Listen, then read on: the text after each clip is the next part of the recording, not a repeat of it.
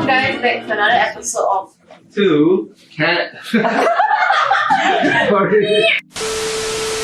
Okay, welcome guys back to another episode of Two Nerdy to Handle. Okay, so we'll start off with a light question first. So for today's career episode, the first question would be, what do you want to be when you were a child? What was your childhood dream job? I probably thought I wanted to make video games or something like that. Yeah. Oh, it's still quite relevant to what you do. I saw. So yeah, I wanted to be an astronaut, so it's quite different. That's Wow. I think that is a thing, yeah. I was just so fascinated by the stars whenever I see Yeah, how the planets move and stuff. and the But black I was hole in like, Singapore. yeah, Like, exactly. yeah. Next subject. I know, right? But that was like a way before. Yeah, I think for me when I was very young, I think I'm more towards engineer. Because especially as a kid, I like to build Lego, build stuff, do things with my hands, and I like quite lean towards engineering. So I was quite interested in doing something related to engineering. I think that question doesn't apply to me anymore because I'm already too old to dream. So I decided to be an academic, and here I am sitting here with my students here, so and enjoying every bit of it. So. Do you have a dream job that you had when you were young? It wasn't a dream job really. Yeah, This is his job. Wow, this is his It dream wasn't job. to be an Yes. academic actually, but who knows? What was it? I can't remember. It's still good to be here, right? What would be like other things that you have done to sort of explore this specific thing that you were sort of leaning towards, or like looking to have a job in the future? Anything that you kind of did to further that love? Yeah. I guess I can go first. Or you? Yeah, you go first. Go. Because I'm quite interested in tech and startups, so that's why I think really important to join CCAs. So for example, I'm in like a Start IT, which is on the technopreneurship.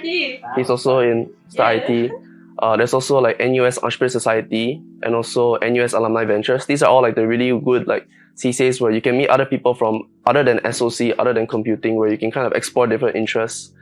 Like for example, like NUS Alumni Ventures got to meet some investors, and also from investors got to know more about blockchain, because a lot of investors, a lot of money is going to blockchain. So that's why got to explore more into blockchain. Also now like quite interested to join a hackathon related to blockchain. Nice. So that's why I think that's where the computing part is kind of like also helpful in the sense that, for example, I can participate in this and like get to try it out. What a very impressive year one CS student. What was I doing in year one? Okay, I think because like Yeah. obviously talked about his own like experience with poly and how he is like looking at competitions and like hackathons to like, and especially as the IT that sort of like furthered his interest. And then Daryl will talk about his own way of like motivating himself to explore his own interests.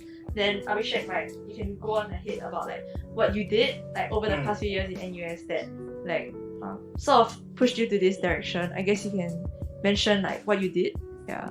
Yeah, I mean, for sure. I mean, for me, I also was, struggling to find out what I wanted to do, right? Yeah. Just like everybody else, I tried to do a lot of different things to see, where my direction is. Then even during NS, you said something about like doing something to just start it, or just do it, don't care about what other people think. So I actually did that also before. I actually made a card game. And, like, launched it on Kickstarter. It was quite a fun thing we did during NS. You wanna tell them the No, it's okay. you can at least spread the word. I mean, it was just a fun thing. Like it was like one small step, I guess, in terms of like conquering your fear in a sense, because I would never actually like put something forth out in the public. If it weren't for like maybe people who kind of supported me or just pushed me to do it. I think that was something fun, and I had no regrets in the end too, because it was a stepping stone for me, right? Just to know that I want to continue doing these kind of things. Then I guess like throughout my year one or something, I did a couple of things to try to see where my direction would be. Of course, curriculum is one of them. CCA, so I wasn't started since the first year as well. So that's where I met a lot of cool people as well, because many people there are like innovative and they really want to start something new, and it's great to talk to them and learn from your experiences as well. Yeah. I was also, I did Orbital at that time. Orbital was one good way which I did a machine learning project, and then from there I was quite nice. interested, I guess, in that field because of my partner as well. So the two of us were kind of working towards Wow, that. machine Yeah. learning. Yeah. Yes, that's right. Even though it's a bit too technical for me, but I kind of enjoyed it because That's I nice, get to help yeah. people. Yeah, and I also did consulting also. It's another different field, totally different field. Right, yeah. Just to try out, right? So I actually did conjunct consulting like last sem or something. So that was something fun as well. And then from that, I actually realized that the things I do like is really solving problems or like doing things that are more people centric.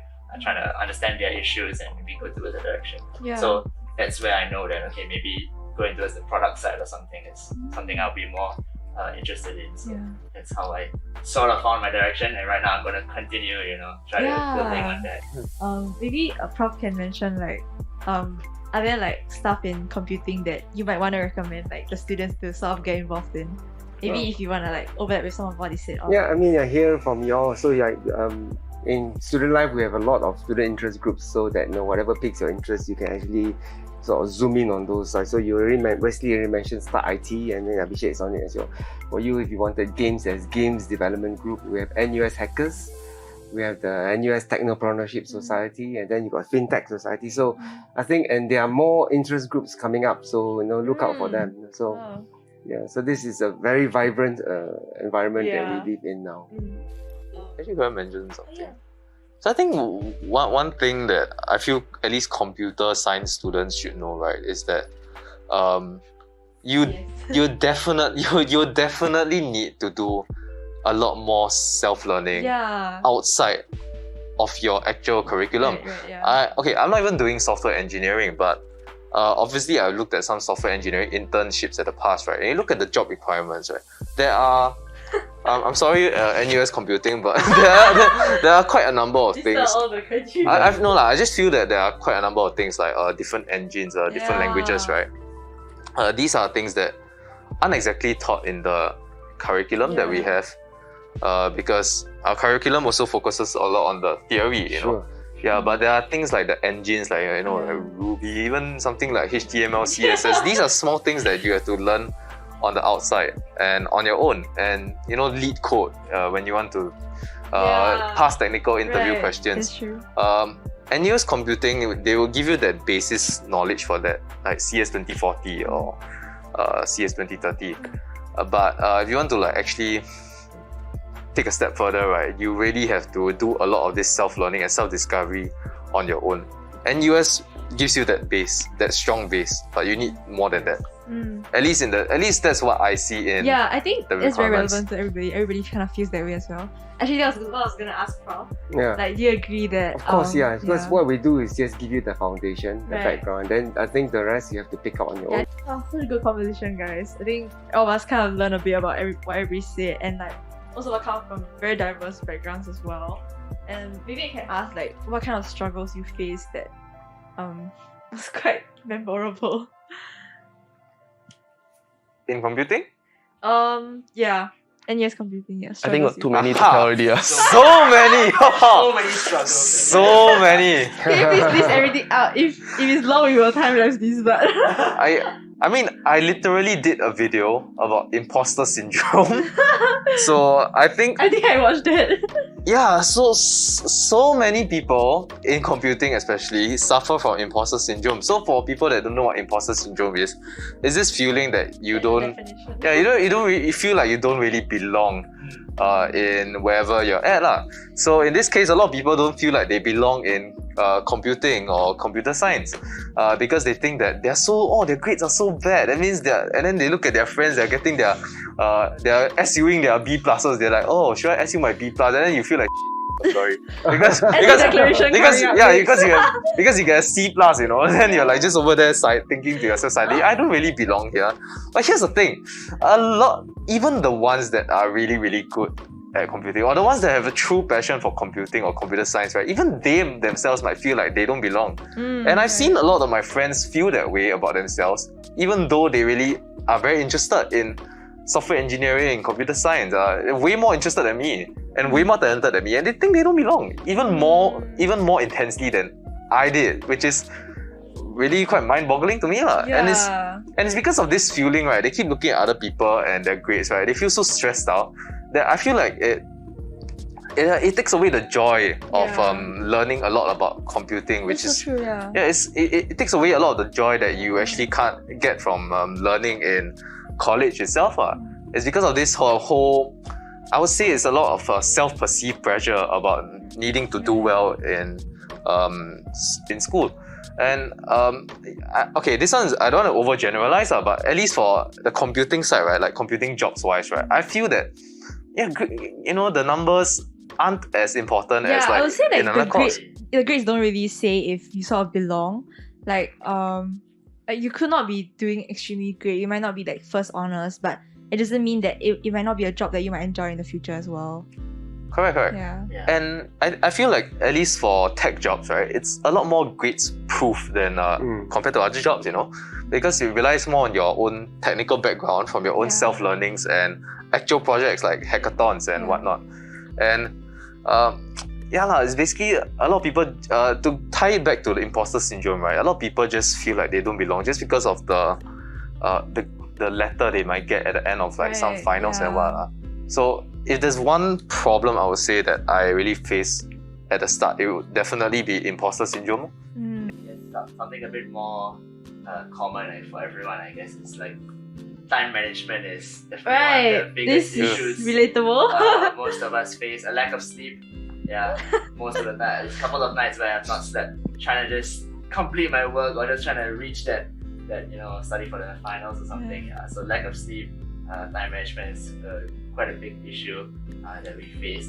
I think sometimes there's another problem which I think that has surfaced a bit more of like this hustle culture kind of thing that happened. And That's I think so true. I kind of fell victim to it at the start as well.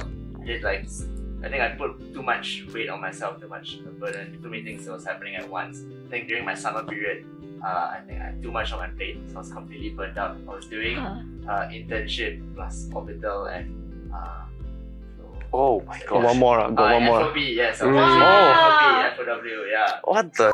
I was completely burned out the entire summer. Spread the butter all the way. Yeah, I was thinly spread all around. So I mean, I don't think that was a good thing either. So I wasn't able to give my 100%, at every single place, right? So it's not a great thing at all. So that's why now, at least for this winter, I'm really taking a step back and relaxing and giving some time to myself. That's so nice. People need to realize the importance of that more, and rather than like always looking for internships or always looking for something to do during every single break time. Yes, mental health first. Yeah, mental health.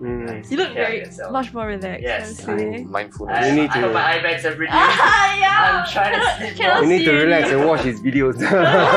Watch YouTube. Yes, I'll watch his videos. I mean, it's a good perspective for those out there who are like thinking of doing a lot. So like this might be something you want to consider. Yeah, really. Yeah. Ending question. It's such a long talk already. Do you have any regrets? Maybe I'll give an example. Maybe do you think that you sacrificed a lot of your sort of self-care or like family, ignoring them because you have so much to do, especially in NUS SOC?